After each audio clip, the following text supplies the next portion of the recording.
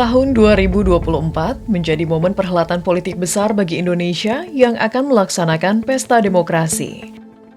Baik itu pemilu nasional, pemilihan presiden, DPR, DPD, DPRD, juga pilkada serentak. Pemilu sedianya bakal menjadi ujian yang sesungguhnya bagi bangsa Indonesia dalam menjalankan demokrasi. Bukan sekadar menjalankan mandat reformasi tahun 1998, tetapi menjadi momen unjuk gigi bahwa Indonesia adalah negara dengan demokrasi yang matang. Sebagaimana pelaksanaan pemilihan umum perdana di Indonesia pada 1955 yang dikenang sebagai pemilu yang paling demokratis. Pemilu 1955 kerap dipuji negara-negara asing atas keberhasilan menciptakan pemilu yang aman, lancar, jujur, dan adil. Salah satu faktor yang menjadikannya sukses adalah adanya semangat menentukan sikap sendiri dan semangat memperbaiki kondisi bangsa menuju arah baru setelah ratusan tahun dijajah asing. Pemilu 1955 juga memperlihatkan spektrum politik Indonesia dengan diikuti berbagai partai dari beragam latar belakang dan ideologi. Dari potret tersebut, patut dicatat bahwa pemilu 2024 semestinya dapat digelar sukses tanpa ada gejolak pelanggaran yang dapat mencederai kualitas demokrasi. Para kontestan pemilu pun hendaknya menjalankan kampanye yang sehat dan berkualitas dengan melahirkan kampanye yang berintegritas yang menolak politik sara dan politik identitas, terutama ketika berkampanye dengan memanfaatkan teknologi digital. Ya, teknologi digital sendiri saat ini menjadi ruang informasi yang begitu diandalkan oleh masyarakat Indonesia untuk menggali isu-isu politik menjelang pemilu. Kementerian Komunikasi dan Informatika mencatat adanya peningkatan penetrasi internet yang mencapai 78% penduduk Indonesia. Hoax politik yang kita identifikasi dan kita take down 2022 tahun lalu itu hanya 50. Ya hanya 50. Kalau kita bandingkan dengan 2018, ya memang terjadi penurunan begitu ya, terjadi penurunan. Yang lain lagi faktanya di pemilu 2019, 3 tahun sebelum pemilu itu sudah ada pemanasan. Sudah ada pemanasan baik di lapangan maupun di dunia maya. Pemanasannya itu dimulai ketika Pilkada DKI 2016. Jadi berseliweranlah hoax politik, disinformasi dan seterusnya. Sampai kemudian ke 2017, 2018 makin marak di 2019. Nah, yang sekarang ini kira-kira 5 atau 6 bulan sebelum pemilu 2024 tanggal 14 Februari, kita mengamati media sosial ini masih landai. Landai artinya bisa ditoleransi. Halo, terima kasih telah hadir dalam kampanye saya hari ini. Semoga dukungan Anda semua dapat membawa perubahan besar bagi negeri ini. Sejumlah pihak juga mengaku khawatir dengan perkembangan kecerdasan buatan yang dikenal sebagai teknologi deepfake. Ya, teknik manipulasi konten video dan suara yang seolah-olah dilakukan oleh seorang figur diketahui bakal dipakai untuk menggiring opini masyarakat jelang pemilu 2024. Potensi dipraktikannya teknologi deepfake dalam panggung politik Indonesia bakal merusak reputasi kandidat tersebut akibat menyebarkan misinformasi dan hoaks yang dapat menciptakan perselisihan di publik. Untuk memastikan ruang digital yang sehat selama pemilu dan pilkada 2024, Kementerian Komunikasi dan Informatika, Komisi Pemilihan Umum KPU, dan Badan Pengawas Pemilu Bawaslu bekerja sama untuk melakukan patroli siber guna menangani setiap hoaks yang muncul. Tapi kita sudah punya peralatan yang kita sebut AIS tadi itu, Automatic Identification System. Jadi kita jawab juga dengan teknologi begitu, dan AIS ini kita tingkatkan kemampuannya, termasuk kemampuan dalam mengidentifikasi deepfake tadi itu begitu. Satu itu ya. Tetapi bagaimanapun teknologi akan punya kelemahan. Ya, punya kelemahan. Karena itu kita lapis dengan yang namanya tim patroli siber, cyber patrol. Komisi Pemilihan Umum KPU pun bakal menindak tegas para pelaku kampanye hitam, termasuk yang memfitnah kandidat tertentu dengan mengandalkan teknologi deepfake, sebagaimana yang diatur dalam Peraturan KPU Nomor 15 Tahun 2023 tentang kampanye pemilu. Pemetaan terkait dengan hal itu, kami sendiri di Komisi Pemilihan Umum sudah memiliki suatu sistem yang kita sebut dengan social media analysis.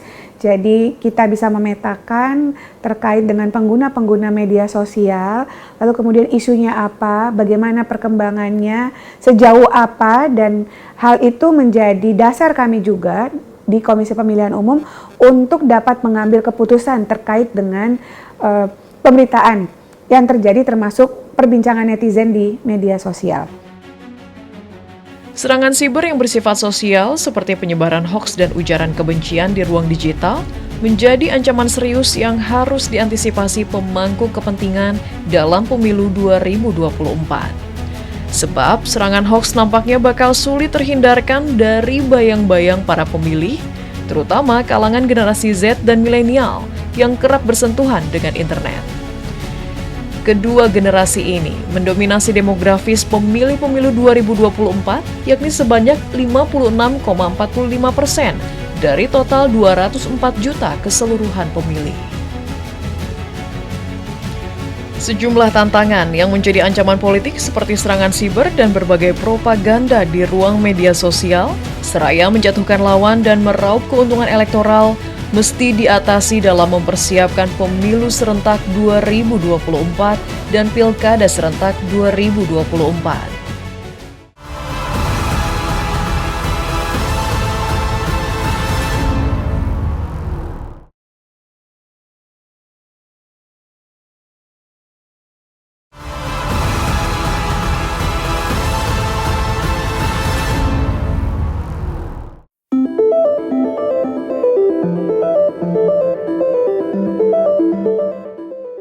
Peningkatan literasi digital kian penting karena semakin banyak aktivitas masyarakat yang dilakukan secara daring. Hal tersebut menuntut kecakapan digital, mulai dari kemampuan menggunakannya sampai memahami keamanannya untuk menghindari risiko ancaman di jagat maya. Kemampuan mengidentifikasi hoaks pun semakin diperlukan di era banjir informasi saat ini. Penguatan literasi digital diharapkan mendongkrak daya berpikir masyarakat agar tidak mudah terhasut informasi bohong, apalagi menjelang kontestasi pemilu dan pilkada 2024 berlangsung. Kementerian Komunikasi dan Informatika pun telah menjelajah ke beberapa daerah yang berpotensi rawan dengan gangguan pemilu. Salah satu misinya adalah mengedukasi masyarakat untuk mengenali dan menangkal hoaks. Ya, kita berharap tidak seperti tahun sebelumnya, tidak seperti pemilu sebelumnya. Ya, apalagi dari sisi sumber daya manusianya, kita ini kan sekarang ini kemana-mana melakukan kampanye damai. Ya, saya sendiri sudah ke beberapa daerah, ke Jawa Barat, ke Sumatera Utara, kemudian ke Sumatera Barat, ke Maluku Utara, daerah-daerah yang menurut KPU ini masuk kategori pemilih partisipasi politiknya rendah. Ya, biasanya partisipasi politik rendah itu hoaxnya itu banyak tuh di situ begitu kan. Nah, kita sudah masuk ke situ, kita kampanye. Literasi digital kita juga bagus. Ada peningkatan. Tahun 2022 literasi digital kita itu ada peningkatan ya, sedikit memang, tetapi saya kira ini akan mempengaruhi bagi berkurangnya disinformasi politik. Kira-kira begitu. Tetapi kita tidak boleh abai. Ya, kita tetap melakukan, kita tetap harus memprediksikan hal terburuk lah. Literasi digital juga dilaksanakan oleh Badan Siber dan Sandi Negara BSSN kepada para pemilih pemula yang ada di sekolah-sekolah dan universitas. Edukasi seputar keamanan siber agar cerdas dalam berselancar di ruang siber diharapkan dapat menumbuhkan kesadaran dan kepedulian masyarakat supaya tidak terjerumus ke dalam berita hoaks politik pada pemilu 2024. Ya, lihat ini, handphonemu ini tergantung kamu. Di sini ada yang baik, di sini ada yang jahat. Apa yang jahat di sini? Di sini pun bisa kamu dapatkan yang jahat, ya, berita-berita bohong, berita hoak, atau gambar-gambar yang tidak senonoh. Tergantung kamu.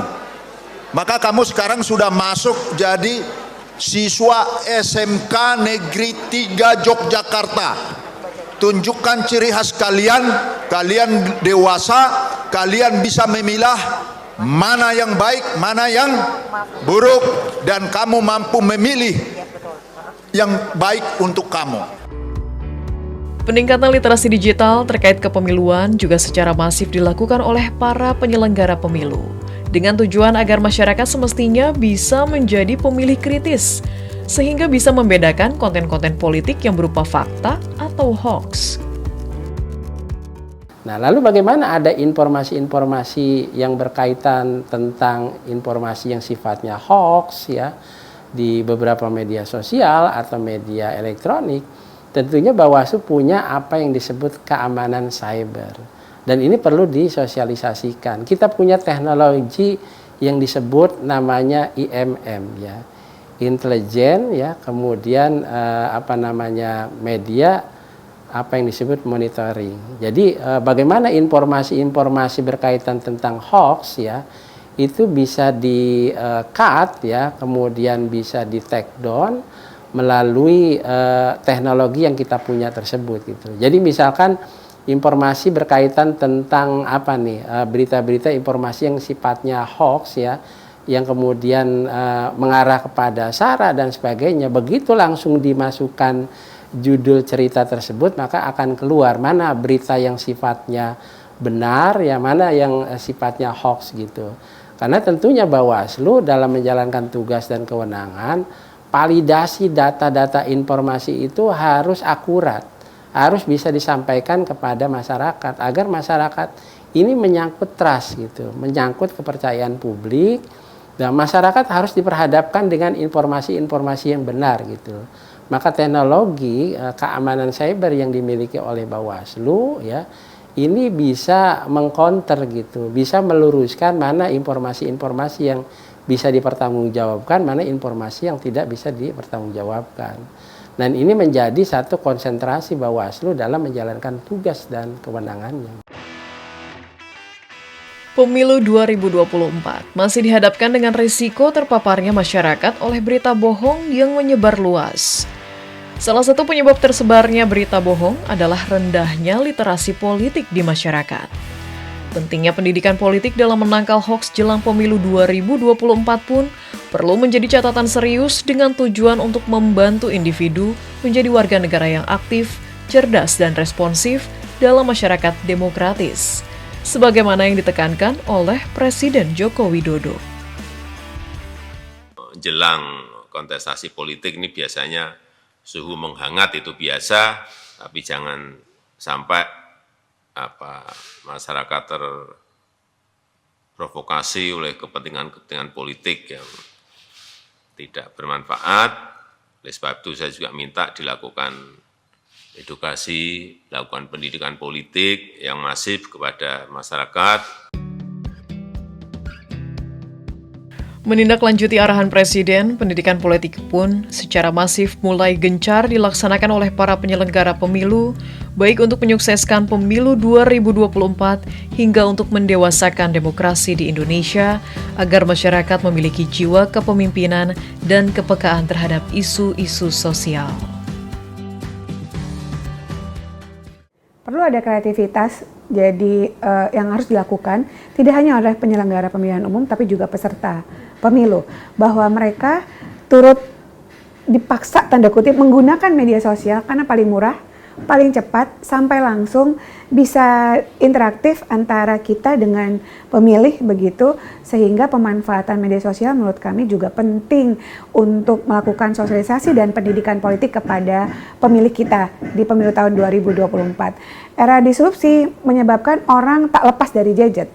Oleh karenanya ketika informasi dimiliki, kami berharap KPU, tantangannya salah satunya adalah ketika menerima informasi negatif atau mungkin cenderung black campaign baik kepada penyelenggara maupun kepada peserta pemilu, harusnya lebih disaring lebih dulu. Bagaimana caranya? Bisa cek lewat kanal-kanal informasi yang dimiliki secara resmi oleh KPU, atau bertanya, atau kemudian ketika kampanye dialog bisa dilakukan dengan peserta pemilu oleh pemilih itu sendiri, bisa langsung terjadi komunikasi dua arah, sehingga kita menjadi lebih cerdas ketika menerima informasi yang cenderung ini kayaknya negatif atau berbau tidak enak begitu, itu bisa diklarifikasi terlebih dahulu. Pemilih cerdas tentu harus saring dulu sebelum sharing. Media sosial memang telah menjadi sarana efektif bagi para politisi dan partainya untuk menyampaikan gagasan maupun visi misi secara langsung kepada publik. Namun ironisnya, setiap menjelang pemilu, media sosial juga kerap menjadi lahan empuk bagi para politisi untuk menyebarkan kampanye kotor melalui berbagai konten.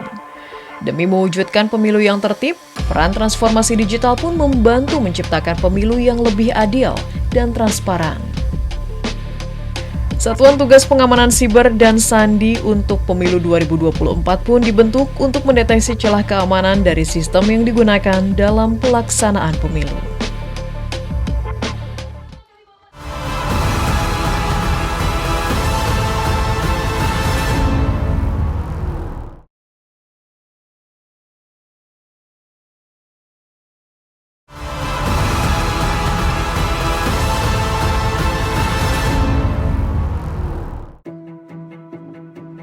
Teknologi informasi tengah ditransformasikan secara parsial ke dalam beberapa sistem pelaksanaan pemilu di Indonesia.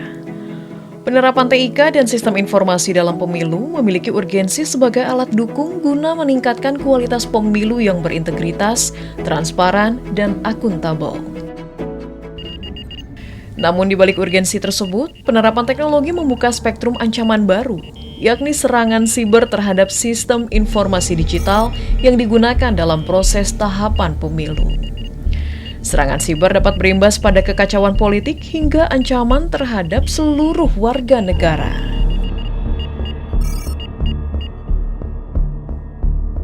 Bila hal tersebut terjadi, iklim politik 2024 pun diprediksi lebih panas dari pemilu nasional sebelumnya, lantaran potensi serangan siber yang dapat mengancam keberhasilan pelaksanaan pemilu.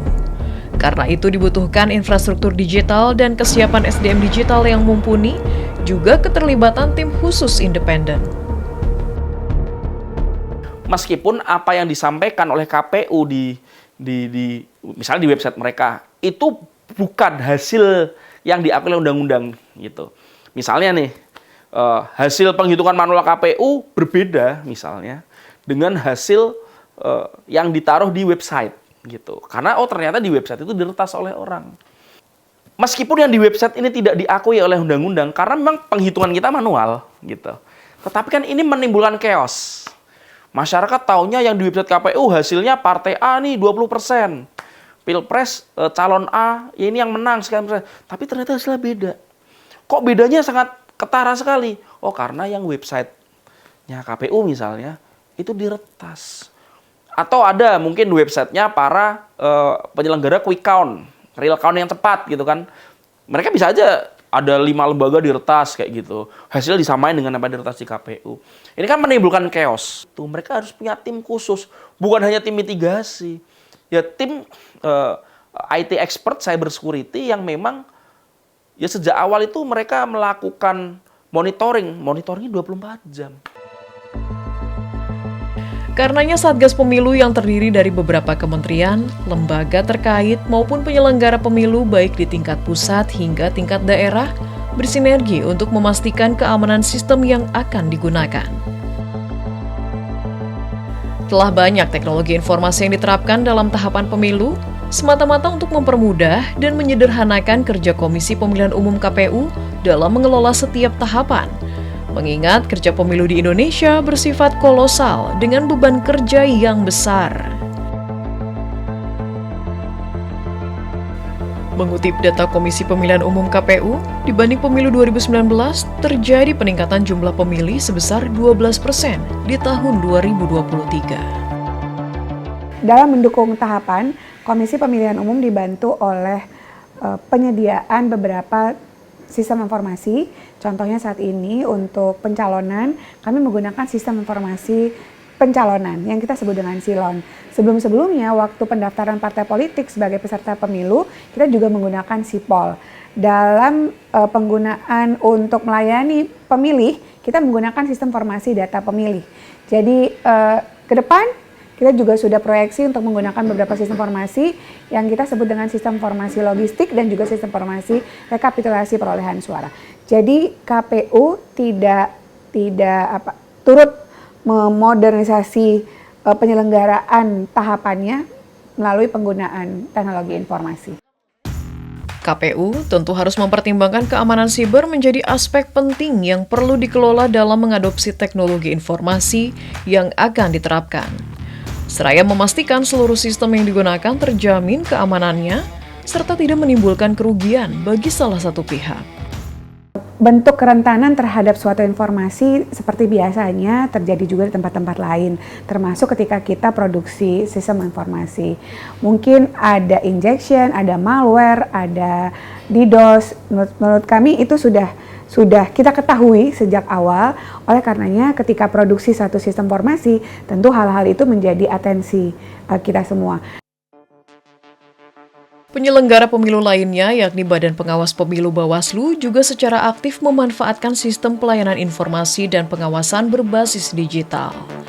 Apalagi menghadapi pemilu 2024 ini, Bawaslu begitu mengandalkan peran tim tanggap insiden keamanan siber (CSIRT) yang dijalin dengan berbagai instansi. Melalui penyelidikan secara komprehensif, maka CSIRT pun diharapkan dapat membantu melindungi dan mengamankan pemilu. Data dan informasi masyarakat yang seharusnya tidak boleh diekspos, persoalannya ketika ada data yang tidak boleh diekspos, ini kan harus bisa terlindungi gitu. Maka bagaimana caranya kita tetap bekerja sama dengan Kominfo dan BSSN ya. Apalagi kita tadi saya sudah singgung Bawaslu sudah membentuk tim CSIRT ya. Tim CSIRT ini adalah tim tanggap ketika nanti ada kebocoran data, ada persoalan-persoalan yang mengganggu, maka kita cepat mengambil suatu tindakan-tindakan untuk melakukan proses pencegahan. Ini harus saya sampaikan, termasuk juga banyak informasi, laporan masyarakat ya berkaitan tentang adanya dugaan pelanggaran. Kita sekarang sudah punya sigap lapor ya, sistem informasi penanganan pelanggaran terhadap laporan itu sendiri gitu. Dan ini tidak harus melulu masyarakat datang ke Bawaslu ya. Cukup dengan aplikasi tersebut di sigap lapor tersebut sehingga masyarakat boleh tahu untuk datang ya informasi berkaitan tentang laporan adanya dugaan pelanggaran. Transformasi digital bukanlah tujuan akhir, namun sebagai alat untuk mencapai tujuan yang lebih besar, yaitu demokrasi yang kuat. Pemerintah dan masyarakat perlu terus beradaptasi dan mengembangkan strategi baru untuk menghadapi tantangan seraya mencapai pemilu yang adil dan bebas hoaks di masa depan.